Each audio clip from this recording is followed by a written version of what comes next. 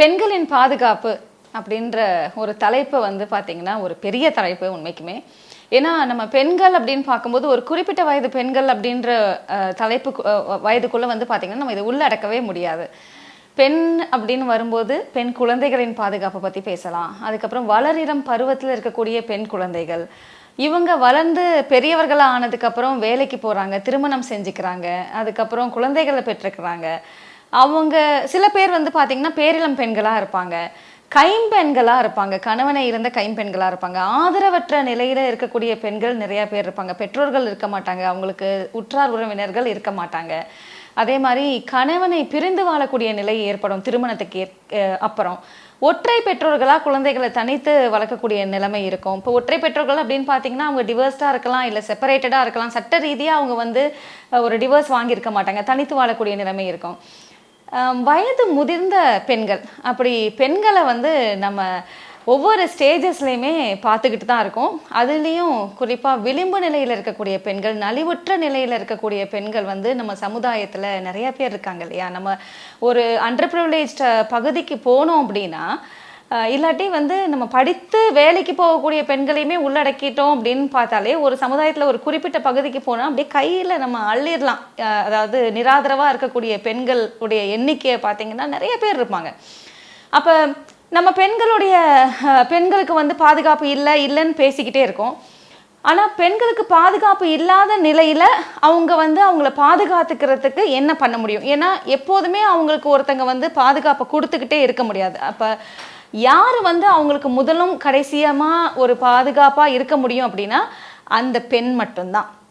அதாவது நமக்கு ஒரு இக்கட்டான சூழ்நிலை ஏற்படும் போது, கிரைசிஸ் ஏற்படும் போது யார் நம்மளை ஃபஸ்ட் அண்ட் லாஸ்ட்டாக ப்ரொடெக்ட் பண்ணிக்க முடியும் அப்படின்னா ஒரு குறிப்பிட்ட அந்த பெண் தான் அப்படின்னு நம்ம சொல்லலாம் இல்லையா. அப்போ எப்படி வந்து நம்ம ப்ரொடெக்ட் பண்ணிக்க முடியும்? கிரைசிஸ் வரும்போது நமக்கு பக்கத்தில் ஒருத்தங்க இல்லை உதவுறதுக்கு, அப்போ நம்ம என்ன பண்ணலாம்?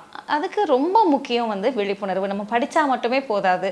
இன்றைக்கி பிரச்சனைகள் அப்படின்னு வரும்போது யாருக்கு, அதாவது படிக்காத பெண்களுக்கு மட்டும்தான் பிரச்சனை வருதா, இல்லை குழந்தைகளுக்கு மட்டும்தான் பிரச்சனை வருதா? அப்படி இல்லையே. படித்து வேலைக்கு போயிட்டு நல்ல கை நிறைய சம்பளம் வாங்குறவங்களுக்குமே பிரச்சனைகள் அப்படின்றது இருக்குது.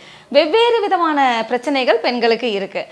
அப்போ எப்படி வந்து நம்ம வந்து சட்ட ப்ரொவிஷன்ஸ்ன்னு சொல்லுவாங்க இல்லையா, அரசாங்கத்தினால வழங்கக்கூடிய ப்ரொவிஷன்ஸையோ இல்லை டிபார்ட்மெண்ட்ஸில் இருக்கக்கூடிய ப்ரொவிஷன்ஸ்லையோ சட்ட ரீதியாக அவங்களுக்கு இருக்கக்கூடிய ப்ரொவிஷன்ஸை எப்படி யூஸ் பண்ணிக்கலாம், அப்போ அதை சார்ந்த விழிப்புணர்வு அவங்களுக்கு ரொம்ப ரொம்ப முக்கியம்.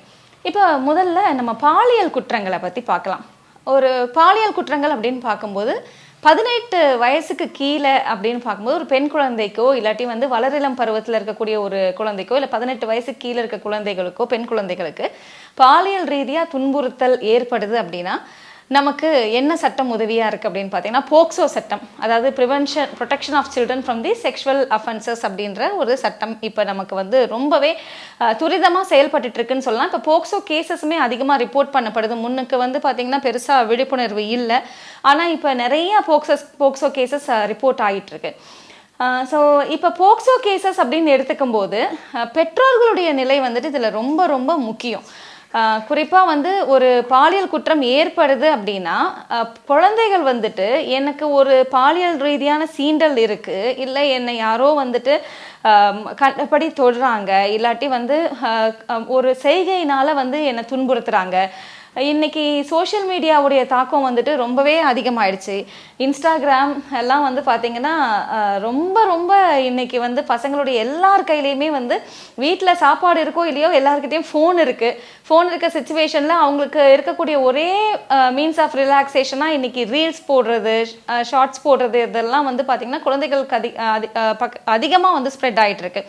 ஸோ அப்படி இருக்கும்போது அதே அளவில் வந்து ஒரு யாரோ ஒரு அன்னோன் பர்சன் அவங்கள வந்து சமூக வலைதளங்கள் மூலியமாக காண்டாக்ட் பண்ணுறதோ, ஸோ அவங்கள எப்படி சொல்கிறது, தவறாக வழி நடத்துறது, அதுக்கப்புறம் வந்து அவங்கள பாலியல் ரீதியாக சீண்டல்களை செய்கிறது, இந்த மாதிரியான நிறையா செயல்கள் நடந்துட்டு இருந்தாலும் குழந்தைகள் வந்து முன் வந்து பெற்றோர்கள் கிட்ட சொல்லும் போதோ இல்லாட்டி ஒரு சேஃப் கார்டியன் கிட்ட சொல்லும் போதோ அதை காது கொடுத்து கேட்கணும், ரிப்போர்ட் பண்ணுங்கன்னு சொல்லணும். இன்னைக்கு நிறைய பெற்றோர்கள் என்ன நினைக்கிறாங்க அப்படின்னா, பாலியல் ரீதியான குற்றங்கள் ஏற்பட்டுருச்சு, இல்லாட்டி வந்து ஒரு சீண்டலே நடந்துருச்சு, இல்லை யாரோ ஒருத்தங்க குறிப்பாக வீட்டுக்குள்ளே இருக்கவங்களே வந்துட்டு இன்னைக்கு 98% ஆஃப் தி அஃபண்டர்ஸ் வந்து வீட்டுக்குள்ளேயே இருக்கவங்க தெரிஞ்சவங்களால தான் இன்னைக்கு பாலியல் குற்றங்கள் வந்துட்டு நடக்குது. அப்படி நடக்கும்போது அது பக்கத்து வீட்டு ஒரு அங்கிளாக இருக்கலாம், இல்லை வீட்டுக்குள்ளேயே இருக்கக்கூடிய நிறைய கேசஸ்ல இன்னைக்கு பெற்றோர்களால் தகப்பன்மார்களாலேயே குழந்தைகளுக்கு வந்து பிரச்சனைகள் இருக்கு, அண்ணன்மார்களால் பிரச்சனைகள் இருக்கு. நாங்கள் நிறைய கேசஸ் பார்த்துருக்கோம். வீட்டுக்கே போக விருப்பப்படாத குழந்தைகள் கூட நிறைய பேர் இருக்காங்க. ஏன்னா அண்ணனே இப்படி நடந்துக்கிறான், அப்பாவே இப்படி நடந்துக்கிறாங்க அப்படின்னு. அப்போ இதனால இந்த மாதிரி ஒரு விஷயம் நடக்கும்போது வெளியில வந்து சொல்றதுக்கு இல்லை யாரோ ஒருத்தங்கிட்ட சொன்னா உங்க அண்ணனுக்கு கெட்ட பேர், இல்லாட்டி வந்து பாத்தீங்கன்னா நம்ம சமுதாயத்துக்கு கெட்ட பேர், இல்லாட்டி இதை வெளியில தெரிஞ்சா உங்க அப்பாவுக்கு கெட்ட பேர், இதை வெளியில சொல்லாத அப்படின்னு சொல்லக்கூடிய நிலை இன்னைக்கு அதிகமா இருக்கிறதுனால அந்த குழந்தைகளுக்கு என்ன பண்றதுன்னே தெரியறதில்ல. அப்போ சட்டங்கள் இருந்துமே அவங்கள பாதுகாக்கிறதுக்கு ஒரு ப்ரொவிஷன்ஸ் இருந்துமே ரிப்போர்ட் பண்ணுறதுக்கு நமக்கு நிறையா வாய்ப்புகள் இருந்துமே இதை வந்துட்டு வெளியில் கொண்டு வர முடியாத ஒரு நிலையில் இருக்குது. இப்போ போக்சோ சட்டத்துக்கு தாண்டி வந்து பார்த்திங்கன்னா எந்த தருணத்துலேயுமே நம்ம வந்து நமக்கு ஒரு பிரச்சனை ஏற்படுது அப்படின்னா இந்த காணொலியை பார்த்துட்டு இருக்கவங்க எல்லாருக்குமே சொல்ல வேண்டிய ஒரே விஷயம் என்ன அப்படின்னா 100 அப்படின்ற ஒரு நம்பர் இருக்குது. கண்டிப்பாக நீங்கள் வந்து 100க்கு கால் பண்ணிங்க அப்படின்னா இம்மிடியட்டாக அது வந்து உங்களுக்கான ஒரு ரெஸ்கியூ நம்பராக இருக்கும். அப்படி இல்லை அப்படின்னா 181 ஒன் ஸ்டாப் விமன் சென்டர் அப்படின்னு சொல்கிறோம். 18 வயதுக்கு மேலே இருக்கிறவங்களுக்கு இந்த ஒன் ஸ்டாப் விமன் சென்டர் வந்து யூஸ்ஃபுல்லாக இருக்குது. நெக்ஸ்ட் வந்து குழந்தைகளாக இருக்கீங்க அப்படின்னா 1098 சரியா, 1098க்கு நீங்கள் கால் பண்ணிங்கன்னா சைல்டு ஹெல்ப்லைன், அதில் நீங்கள் ரிப்போர்ட் பண்ணலாம்.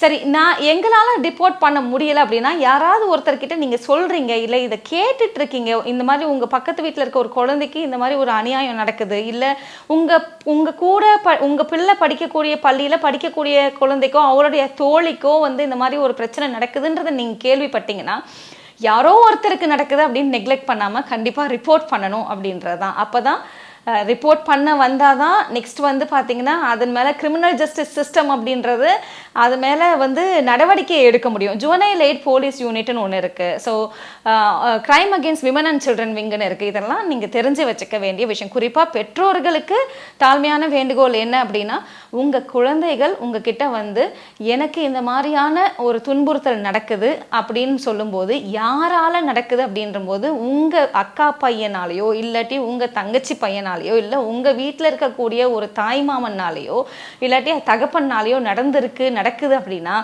அதை நீங்கள் அவமதிக்காமல் குழந்தையோட நிற்கணும். அப்படி குழந்தையோட நிற்கலை அப்படின்னா அந்த இடத்துல ஒரு பேரண்ட்டாக நீங்கள் ஃபெயில் ஆகிடுறீங்க. இவங்க என்ன பண்ணுவாங்க அப்படின்னா மனோவியல் ரீதியாக இதை அந்த சமயத்தில் ஓகே அப்படின்னு கடந்து வரதுக்கான வாய்ப்பு இருக்கு. ஆனால் அவங்க வளர்ந்து வந்ததுக்கப்புறம் நான் பார்த்த நிறைய கேசஸில் ஒரு பழிவாங்கும் உணர்வு, அந்த பெற்றோர் மீதான ஒரு வெறுப்பு வந்து ஆழமாக இருக்குது. அது அவங்களுக்கு அப்புறம் லோ செல்ஃப் எஸ்டீம், அவங்க மேலேயே ஒரு நம்பிக்கை இல்லாத தன்மை, ஒரு வெறுப்பு. இன்னைக்கு செக்ஷுவல் அபியூஸ்ன்றது ஒரு பெரிய ஸ்காருங்க.